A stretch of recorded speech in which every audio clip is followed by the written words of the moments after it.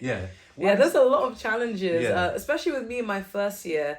Um, I hadn't really found my footing on how I wanted to teach or what my approach was. It was more of like, okay, let's just see how things go. Yeah. And I all I know is I wanted to be the teacher that children felt safe with. They feel like they could be comfortable enough. Because I remember when I was a kid, I wouldn't put my hand up, even if I knew the answer, you know.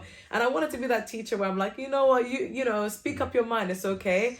And love the kids. But then at the same time, I needed a balance because the more lenient I am with them, oh, I got disrespected badly in my first year. And I'm like, oh my God, why are these kids being so rude to me? So I'm being nothing but loving and caring towards them. So you do need boundaries, you do need discipline.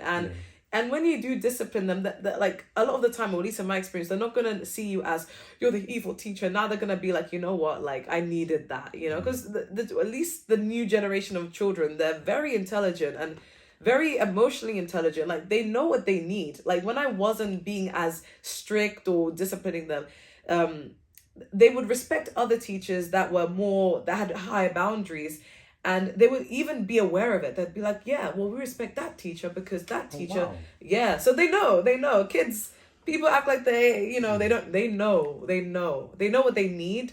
And that made me feel like, you know what, yeah, they do know. I need to set boundaries. It's boundaries, not Yeah. to say be evil to them, don't be evil No, of to course. them, But you know. setting healthy boundaries. Yeah, there's like a rule. There's a rule that I would tell other teachers who you plan to become one. Like they say, like no smiling until Christmas time. Like be very like, you know, routine set. And then once you've gained that level of respect, then afterwards you can be a bit more like casual, because now they feel like, okay, we've seen what you're like, and now we know not to play, we know what boundaries not to cross. Yeah. But yeah, just have that balance. Even the workload can be a lot, just outside of the whole discipline stuff.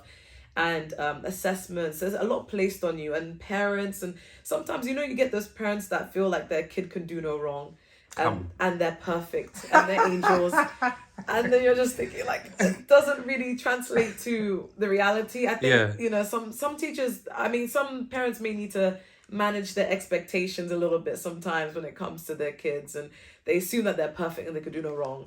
And sometimes it can be hard for us teachers, but sometimes I also feel sorry for some parents where there's some mothers who they don't discipline their children at all, but it's to the point where even the children are treating them badly, and like there's just no one there who's on their corner. And then school is the only time where they do get that discipline. It's just like, you know, you need to know this, you need to know that, you know. And sometimes those parents may feel like it depends on who it is. Some parents may feel grateful that, oh, you know, you're putting my kid into shape, you know, how they should be, that I don't, you know, I can't do. And then you get some parents that be like, no, this person's perfect and you're a monster. And you're like, okay, well.